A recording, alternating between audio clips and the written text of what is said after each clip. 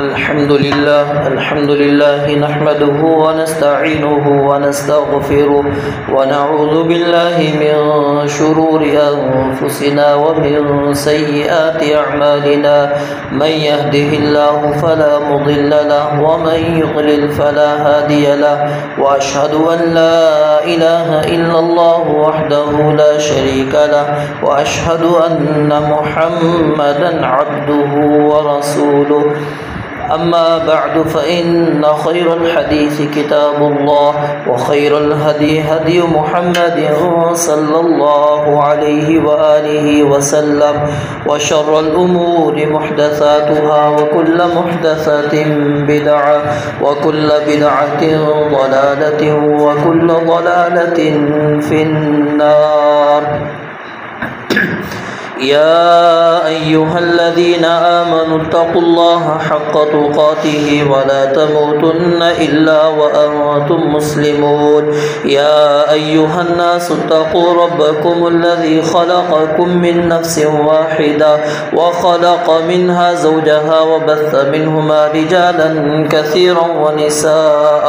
واتقوا الله الذي تساءلون به والأرحام إن الله كان عليكم رقيبا. يا أيها الذين آمنوا اتقوا الله وقولوا قولا سديدا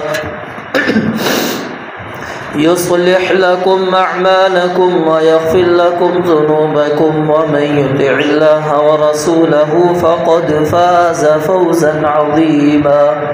اللهم صل على محمد وعلى آل محمد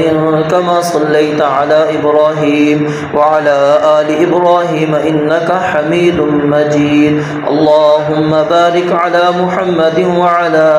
آل محمد كما باركت على إبراهيم وعلى آل إبراهيم إنك حميد مجيد. قال الله تبارك وتعالى في القرآن المجيد فأعوذ بالله السميع العليم من الشيطان الرجيم من همزه ونفخه ونفثه أفلا يتوبون إلى الله ويستغفرونه والله غفور رحيم.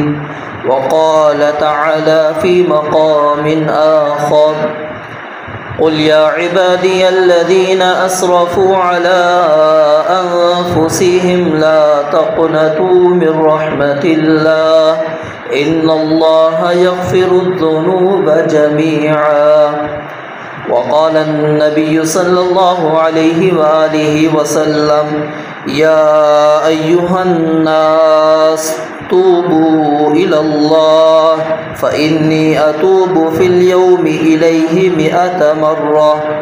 رب اشرح لي صدري ويسر لي أمري واحلل عقدة من لساني يفقهوا قولي. رب زدني علما رب زدني علما رب زدني علما. سبحانك لا علم لنا إلا ما علمتنا إنك أنت العليم الحكيم. ہر قسم کی حمد و ثنا اللہ وحدہ لا شریک کے لیے جو اس پوری کائنات کا تنہا خالق و مالک رازق مشکل کشا ہے. بے شمار انگنت لا تعداد درود و سلام جناب محمد الرسول اللہ صلی اللہ علیہ وآلہ وسلم کی ذات اقدس کے لیے جن کو اللہ رب العالمین نے انسانیت کے لیے رشد و ہدایت کا سفیر بنا کر مبعوث فرمایا. مختصر حمد و صلات کے بعد آج آپ معزز سامعین کے سامنے نبی مکرم صلی اللہ علیہ وآلہ وسلم کی سیرت کا پہلو کہ آپ علیہ الصلاۃ والسلام اللہ رب العالمین سے استغفار کتنا کیا کرتے تھے اور امت کو اس کے متعلق کیا رہنمائی دی ہے، اس حوالے سے چند گزارشات عرض کروں گا. سب سے پہلے یہ نقطہ سمجھ لیجئے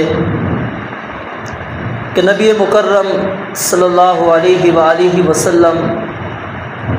گناہوں سے پاک ہیں۔ آپ علیہ السلام نے کوئی بھی معصیت نہیں کی، کوئی بھی نافرمانی نہیں کی اور کوئی بھی گناہ نہیں کیا، اور اللہ تعالیٰ نے آپ کے لیے یہ وعدہ بھی نازل کر دیا، انا فتحنا لک فتحا مبینا لیغفر لک اللہ ما تقدم من ذنبک وما تأخر، کہ اللہ تعالیٰ نے آپ کے اگلے اور پچھلے سارے گناہوں کو معاف کر دیا۔ گناہ آپ کی زندگی میں موجود نہیں، اور اگر کوئی موجود تو اللہ تعالیٰ نے معاف کر دیے ہیں، کوئی گناہ بھی آپ کا نہیں ہے، لیکن اس کے باوجود رسول مکرم صلی اللہ علیہ وآلہ وسلم دن میں 100 مرتبہ اللہ رب العالمین سے استغفار کرتے ہیں، گناہوں کی بخشش اللہ رب العالمین سے طلب کرتے ہیں۔ اور یہ گناہوں کی بخشش طلب کرنا، استغفار کرنا، یہ گناہ گار ہونے کی علامت نہیں ہے، یہ انسان کے خطا کار ہونے کی علامت نہیں ہے، نافرمان ہونے کی علامت نہیں ہے، کہ جو بندہ معصیت جس نے کی ہو، گناہ کیا ہو، نافرمانی کی ہو، وہی بندہ اللہ رب العالمین سے توبہ کرے، استغفار کرے، نہیں، بلکہ یہ جتنا زیادہ انسان اللہ کے قریب ہوتا جاتا ہے وہ اتنا ہی کثرت کے ساتھ استغفار کرتا ہے۔ اور اس کی بڑی دلیل، نماز آپ پڑھتے ہیں، آپ نے عبادت کی اور نماز کے ذریعے سے اللہ رب العالمین کا قرب حاصل کیا، اللہ رب العالمین سے آپ نے مکالمہ کیا، رب العالمین کو آپ نے نماز کے ذریعے سے دیکھا، لیکن جب آپ نماز سے فارغ ہو رہے ہیں، آپ نماز کو مکمل کر رہے ہیں، سلام پھیرنے کے بعد اپنی زبان سے 1 مرتبہ اللہ اکبر کہنے کے بعد 3 مرتبہ ہم کیا جملہ کہتے ہیں؟ استغفر اللہ، استغفر اللہ، استغفر اللہ۔ کیا انسان نے کوئی گناہ کا کام کیا ہے، نافرمانی کا کام کیا؟ نہیں، یہ علامت ہے، دلیل ہے اس بات کی کہ جتنا انسان اللہ کے قریب ہوتا ہے وہ اتنا اللہ رب العالمین سے استغفار کرتا ہے، اس کو زیادہ ضرورت ہوتی ہے استغفار کی، وہ اور زیادہ اللہ رب العالمین سے معافیاں طلب کرتا ہے۔ اور نبی مکرم صلی اللہ علیہ وآلہ وسلم سے جب سیدہ عائشہ صدیقہ رضی اللہ تعالیٰ عنہا نے کہا تھا کہ آپ راتوں کو اتنا قیام نہ کیا کریں، آپ آرام کیا کریں، آپ اتنا لمبا قیام کرتے ہیں، آپ کے پاؤں سوج جایا کرتے ہیں، ورم آ جاتا ہے اس کے اندر، تو آپ تھوڑا سا آرام سکون کر لیا کریں۔ نبی مکرم علیہ السلام نے کیا کہا کہ عائشہ، کیا میں اللہ رب العالمین کا اس بات پر شکر ادا نہ کروں کہ اس رب نے میرے سارے گناہوں کو معاف کر دیا ہے، کہ میں اس رب کا شکر ادا کرنے کے لیے رات کو قیام اللیل کرتا ہوں، تہجد کی نماز پڑھتا ہوں، کیونکہ اللہ نے میرے سارے گناہوں کو معاف کر دیا ہے۔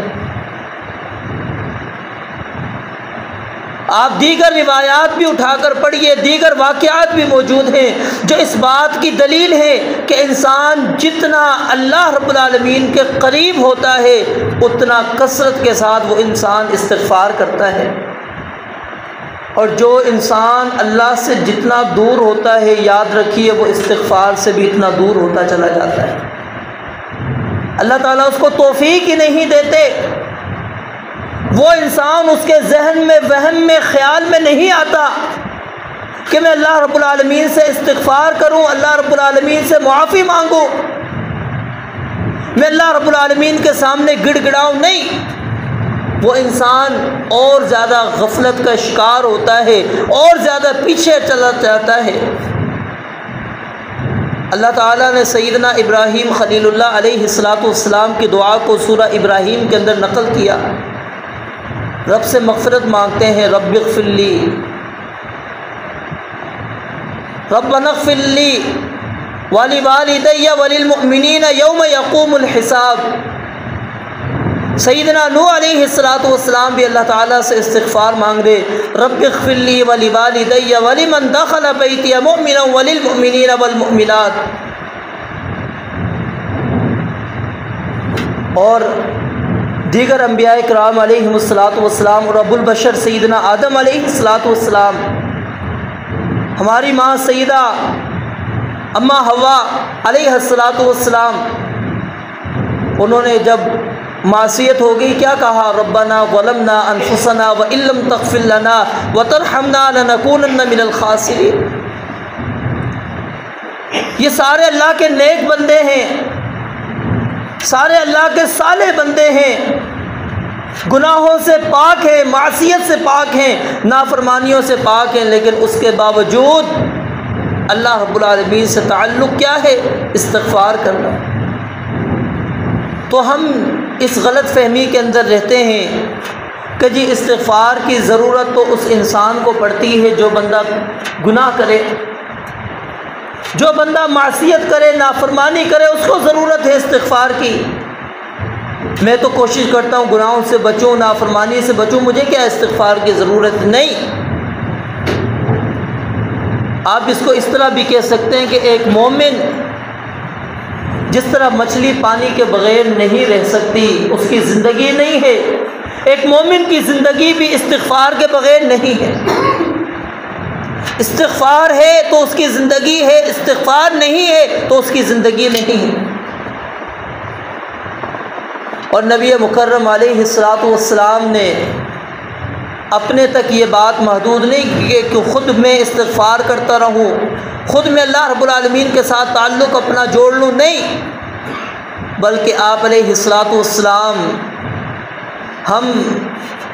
نافرمانوں کو، گناہوں کی دلدل میں پھنسے ہوئے لوگوں کو امیدیں دے کر گئے ہیں، اور اس سے امید افزا آیت قرآن کریم کے اندر نہیں ہے جو انسان کو، جب انسان بالکل ٹوٹ چکا ہوتا ہے، انسان بالکل نا امید ہو چکا ہوتا ہے، وہ سمجھتا ہے کہ بس پوری زندگی میں نے گناہوں کے اندر گزار دی، اللہ کی نافرمانی کے اندر گزار دی ہے، ایک لمحہ بھی میرا اللہ کی اطاعت کے اندر نہیں گزرا۔ اس کو اگر امید کی کوئی کرن نظر آتی ہے تو وہ یہی آیت ہے، قل یا عبادی الذین اسرفوا علی انفسہم لا تقنطوا من رحمت اللہ، کہ اے نبی میرے ان بندوں سے کہہ دو جنہوں نے اپنے آپ پر اسراف کر لیا، حد سے زیادہ تجاوز کر گئے، انسان اپنی حدود کو کراس کر کے چلا گیا ہے، اسرفوا علی انفسہم، اپنے آپ پر اسراف کر چکا ہے، کیا کہہ دو میرے ان بندوں کو؟ غور کریں، اللہ رب العالمین معصیت کے اندر گرا ہوا ہے، نافرمانی کے اندر ہے، اللہ سے بغاوت کر رہا ہے، شرک ہے، کفر موجود ہے، اس کے اندر نفاق موجود ہے، بدعات موجود ہے، ہر طرح کا گناہ موجود ہے اس کے اندر، پھر بھی اللہ کہتے ہیں یا عبادی، میرے بندے۔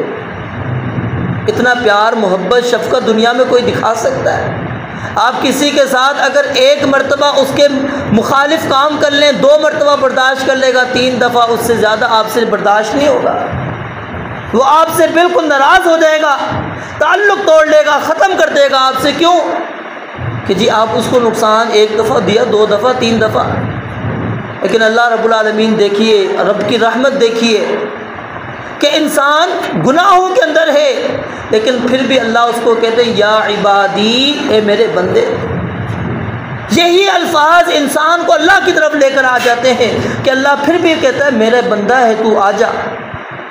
یا عبادی الذین اسرفوا علی انفسہم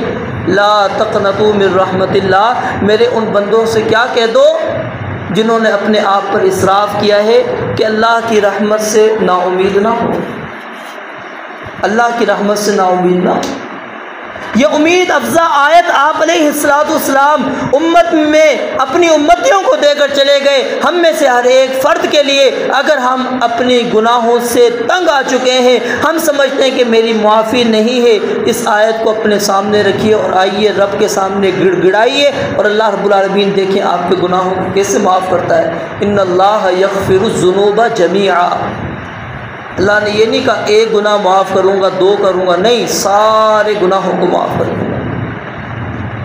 پھر وہ واقعات آپ کے سامنے ہے، سو قتل کرنے والا شخص،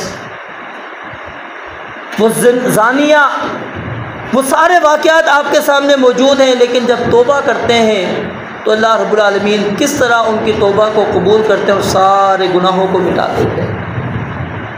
جو شرک معاف نہیں ہوتا وہ بھی اللہ تعالیٰ معاف کر رہے ہیں توبہ کے ساتھ، اب اور آگے کون سا گناہ انسان کرنے گیا۔ اور اسی پر آپ علیہ السلام نے اکتفا نہیں کیا، بلکہ اپنی امت کو آپ علیہ السلام وہ طریقہ سکھلا کر چلے گئے کہ جس کے ذریعے سے وہ توبہ کا دروازہ کھولیں اور اس دروازے سے اندر داخل ہو جائیں اور اللہ رب العالمین کا قرب، اللہ رب العالمین کا تقرب حاصل کر لیں، اللہ رب العالمین کے پاس آ جائیں۔ آپ علیہ السلام نے ہمیں دن اور رات کے اندر ایک جامع دعا سکھلا دی، اور اس دعا کو آپ علیہ السلام نے استغفار کا سردار قرار دیا ہے۔ استغفار کا سردار سید الاستغفار ہے۔ کیا ہے اس کے اندر؟ انسان اپنی عبودیت کا اظہار کرتا ہے، اپنے بندے ہونے کا اظہار کرتا ہے، اپنے اوپر رب کی نعمتوں کا اقرار کرتا ہے، اپنے گناہ گار ہونے کا بندہ اقرار کرتا ہے، اور اللہ تعالیٰ کو انسان کی یہ حالت جو عاجزانہ حالت ہو، جو تضرع والی حالت ہو،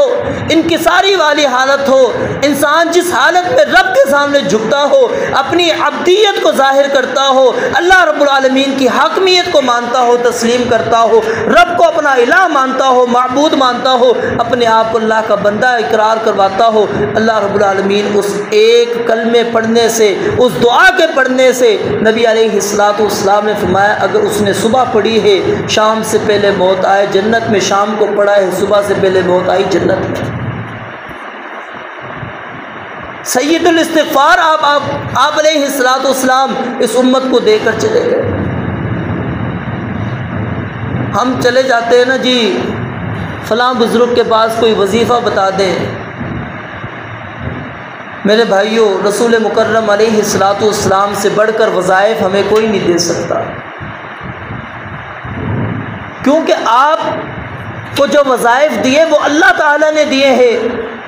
اور رب العالمین اپنی مخلوق کی حاجات، ان کی ضروریات، ان کی پریشانیاں، ان کی تکالیف کو بہتر جانتا ہے کہ انسان کو کیا ضرورت آ سکتی ہے، کیا مشکلات آ سکتی ہے، کس حالت میں انسان مجبور ہوگا، وہ ساری چیزیں نبی علیہ السلام کے ذریعے سے ہم تک پہنچا گئے۔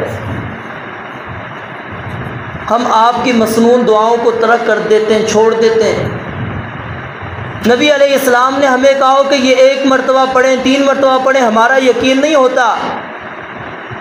لیکن اگر کوئی انسان ہمیں کوئی وظیفہ دے دے، وہ 1100 مرتبہ بھی کہے میں پڑھنے کے لیے تیار ہوتا ہوں،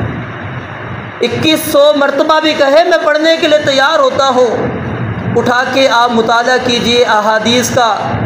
اذکار اٹھا لیجئے، 100 سے زیادہ تعداد آپ کو نہیں ملے گی۔ اللہ تعالیٰ انسان کی کیفیت کو جانتے ہیں، اور وہ جو 100 مرتبہ دعائیں پڑھنی ہیں وہ انتہائی کم ہیں، انتہائی کم ہیں جن کی تعداد 100 مرتبہ رکھی گئی ہے، وگرنہ 3 1 5 7 اس سے اوپر نہیں جاتی تعداد۔ کیوں؟ اللہ رب العالمین کو پتہ ہے انسان کا کہ یہ کتنا جلدی اکتا جاتا ہے، اس کے اندر اکتاہٹ موجود ہے، لیکن ہم کیونکہ وہاں پر ہمارا یقین زیادہ ہوتا ہے، اس نے جی ہمیں کہا وہ ہم 2100 مرتبہ پڑھیں گے، 40 دن پڑھیں گے، کچھ حاصل ہو نہ ہو بات کا مسئلہ ہے، لیکن نبی علیہ الصلوۃ والسلام ہمیں کہندے صبح شام اذکار کے اندر یہ چیز آپ نے اتنی مرتبہ پڑھنی ہے۔ کتنے مسلمان ہیں جو صبح شام کے اذکار کرتے ہیں؟ کتنی ہم غفلت کر جاتے ہیں۔ نماز کے بعد کے اذکار کے اندر دیکھیے حالت ہماری کیا ہوتی ہے۔ اکثر مساجد کے اندر سلام پھیرا، امام صاحب نے قبلے کی طرف ہی منہ کیا ہوا ہے، خود ہی نے اسی نے بس اللہم انت السلام و منک السلام سب کی طرف سے سب کھڑے ہو جائیں گے، سنتے پڑھی ہو گئی۔ نہ امام صاحب نے پڑھنی ہے اذکار، نہ پیچھے والوں نے۔ کہ نبی علیہ الصلوۃ والسلام ہمیں یہ تعلیم دے کر گئے۔ تو انسان جتنا یاد رکھیے اللہ کے قریب ہوتا ہے، وہ اتنا زیادہ کثرت کے ساتھ استغفار کرتا ہے۔ آپ علیہ الصلوۃ والسلام کے اگر کلمات پر ہم غور کریں، نماز کے اندر ہم جو دعا پڑھتے ہیں، جس کی تعلیم آپ علیہ الصلوۃ والسلام نے سیدنا ابو بکر صدیق رضی اللہ تعالیٰ عنہ کو دی تھی کہ اللہم انی ظلمت نفسی ظلما کثیرا ولا یغفر الذنوب الا انت فاغفر لی مغفرۃ من عندک وارحمنی انک انت الغفور الرحیم۔ علماء کہتے ہیں کہ ہم نے بڑا غور کیا کہ نبی علیہ الصلوۃ والسلام یہ کلمہ جو کہہ رہے ہیں اللہم انی ظلمت نفسی ظلما کثیرا، کہ اللہ میں نے اپنے آپ پر بہت بڑا ظلم کیا ہے، میں نے اپنے آپ پر بہت زیادہ ظلم کیا ہے۔ علماء کہتے ہیں ہم تلاش کر رہے ہیں، ہمیں آج تک نہیں مل پا رہا کہ آخر وہ ظلم کیا تھا، کیا ظلم تھا جو نبی علیہ الصلوۃ والسلام جس کا اقرار کرنا چاہ رہے ہیں اس دعا کے اندر، انی ظلمت نفسی ظلما کثیرا۔ کہتے ہیں پھر ہمیں کوئی جواب نہیں ملتا تو ہم صرف یہی کہتے ہیں کہ یہ آپ نے امت کو تعلیم دی ہے، کیونکہ آپ کا تو کوئی گناہ ہمیں نظر نہیں آتا کہ آپ نے کوئی گناہ کیا ہو، لیکن عبدیت کا اظہار دیکھیں یہاں پر کہ آپ علیہ الصلوۃ والسلام کا تضرع عاجزی انکساری کیا ہے، ظلم نہیں ہے، گناہ نہیں کیا، نافرمانی نہیں کی، پھر بھی کہتے ہیں انی ظلمت نفسی ظلما کثیرا۔ جب نبی علیہ الصلوۃ والسلام اتنی التجا گڑ گڑا کر رب العالمین سے التجا کریں جو ہم گناہوں سے پر ہوں، اور ہم کہیں کہ ہمارے لیے کوئی دعا بھی نہیں، ہم تو ویسے ہی اللہ سے بس استغفر اللہ کہہ دیں گے، معافی ہو جائے گی۔ نبی مکرم علیہ الصلوۃ والسلام جب نماز شروع کرتے دعائے استفتاح کے اندر جو آپ اللہم باعد بینی و بین خطایا یہ دعا پڑھتے ہیں، اس کے اندر کیا انسان اللہ سے مانگتا ہے کہ اللہ میرے اور میرے خطاؤں کے درمیان دوری ڈال دے، جس طرح مشرق اور مغرب کے درمیان دوری ہے، اے اللہ مجھے صاف کر دے، نقنی من خطایا کما ینقی الثوب الابیض من الدنس، جس طرح کے صاف کپڑا ہوتا ہے، سفید کپڑا ہوتا ہے، میل کچیل سے صاف ہو جائے، اس طرح اللہ تو مجھے پاک کر دے، صاف کر دے۔ اللہم اغسل خطایا بالماء والثلج والبرد، کہ اللہ مجھے اولوں کے ساتھ، پانی کے ساتھ، برف کے ساتھ، جس طرح تو چاہتے اللہ میرے سارے گناہوں کو دھو دے، بس تو دھو دے، معاف کر دے، میرا کوئی گناہ میرے لیے نہ چھوڑ۔ آپ یہ دعا کر لیں۔ نبی علیہ الصلوۃ والسلام کی دعاؤں کو اٹھا کر تو پڑھیے۔ سید عائشہ بیان کرتی ہیں جب آپ کے آخری وقت آیا، آپ علیہ الصلوۃ والسلام رکوع کے اندر اور سجدے کے اندر یہ دعا پڑھنے لگ گئے، سبحانک اللہم ربنا وبحمدک اللہم اغفر لی۔ کہتی ہیں میں نے نبی مکرم علیہ الصلوۃ والسلام سے سوال کیا، پوچھا کہ اللہ کے نبی علیہ الصلوۃ والسلام آپ یہ دعا کثرت سے کیوں پڑھ رہے ہیں؟ کہا کہ اللہ تعالیٰ نے میرے ذمے ایک کام لگایا تھا کہ اذا جاء نصر اللہ والفتح، کہ جب اللہ کی مدد آئے گی، فتح مکہ ہو جائے گا، ورأیت الناس يدخلون فی دین اللہ افواجا، اور لوگ مسلمان ہوتے چلے جائیں گے، اسلام میں داخل ہوتے چلے جائیں گے، اب اس کے بعد تم نے کیا کرنا ہے؟ فسبح بحمد ربک واستغفر، کہ آپ نے پھر اللہ کی حمد بیان کرنی ہے، اللہ تعالیٰ کی تعریف بیان کرنی ہے، اللہ تعالیٰ کا سے استغفار کرنا ہے۔ تو میں اس لیے یہ دعا پڑھتا ہوں، اس میں سبحانک اللہم اس سب تسبیح بھی ہے، اللہ کی حمد بھی ہے، اور ساتھ میں استغفار بھی ہے۔ یہ نبی مکرم علیہ الصلوۃ والسلام کی حالت ہے۔ اور اسی طرح آپ علیہ الصلوۃ والسلام ایک دعا پڑھتے بڑی معروف چھوٹی سی دعا ہے، اللہم اغفر لی ذنبی کلہ دکہ وجلہ واولہ وآخرہ وعلانیتہ وسرہ۔ کچھ نہیں چھوڑا آپ نے اس دعا کے اندر کہ اللہ میرے گناہوں کو معاف کر دے،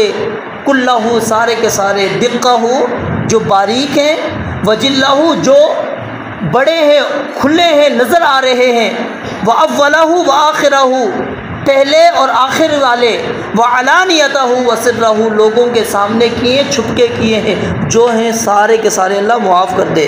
اور اسی پر آپ علیہ السلام بس نہیں کرتے، بلکہ آپ علیہ السلام کی ایک اور دعا ہے بڑی معروف، جس کے اندر آپ علیہ السلام اللہ تعالیٰ سے بہت زیادہ استغفار کرتے، اور وہ ہے اللہم اغفر لی اللہم اغفر لی ما قدمت وما اخرت وما اسرفت وما اعلنت انت اعلم به منی انت المقدم وانت المؤخر لا الہ الا انت۔ اور پھر حج سے فراغت ہوتی ہے، اللہ تعالیٰ کیا کہتے ہیں، ثم افیضوا من حیث افاض الناس واستغفر اللہ، استغفار کرو اللہ تعالیٰ سے، نیکی کی ہے، گناہ کا کام نہیں کیا، لیکن کیا ہے، اللہ رب العالمین سے استغفار کرو۔ تو میرے بھائیوں، جب نبی مکرم علیہ السلام کے اللہ تعالیٰ نے کوئی گناہ نہیں رکھے، لیکن اس کے باوجود آپ کثرت سے اللہ تعالیٰ سے استغفار کر رہے ہیں، تو ہمیں استغفار کی بہت زیادہ ضرورت ہے۔ اور پھر میں نے یہ چیز بھی آپ کے سامنے واضح کی کہ اگر آپ سمجھتے ہیں کہ میرا کوئی گناہ نہیں ہے، نافرمانی نہیں ہے، میں اپنے آپ کو گناہوں سے بچاتا ہوں، تو اس بندے کو اور زیادہ کثرت کے ساتھ استغفار کرنا چاہیے۔ اور اس کی پھر میں نے چند دلیل آپ کے سامنے پیش کی کہ یہ بندے کو اللہ رب العالمین کے قریب کرتی ہیں۔ اور قرآن کریم کو اگر ہم پڑھیں تو استغفار کے اللہ تعالیٰ نے کثرت کے ساتھ فوائد رکھیں، جتنی بھی ہماری معاشی پریشانی ہیں، تکالیف ہیں، اللہ رب العالمین اس کے ذریعے سے استغفار سے حل کرتے ہیں۔ آپ کو اولاد کا مسئلہ ہے، مال کا مسئلہ ہے، آپ کو تجارت کا مسئلہ ہے، کسی چیز کا مسئلہ ہے، اللہ رب العالمین نے اس کا حل یہ استغفار رکھا ہے۔ تو اس لیے اپنا معمول بنائیں، اور کم از کم دن میں 100 مرتبہ، جس طرح نبی مکرم علیہ السلام استغفار کا حق پڑھا کرتے تھے، جو کلمات استغفار آپ سے منقول ہیں مختلف احادیث کے اندر، تو وہ دعائیں پڑھیں اور اللہ رب العالمین سے التجائی کریں۔ رب العالمین سے دعا ہے اللہ تعالیٰ سمجھنے عمل کرنے کی توفیق عطا فرمائے۔ وآخر دعوانا الحمدللہ رب العالمین۔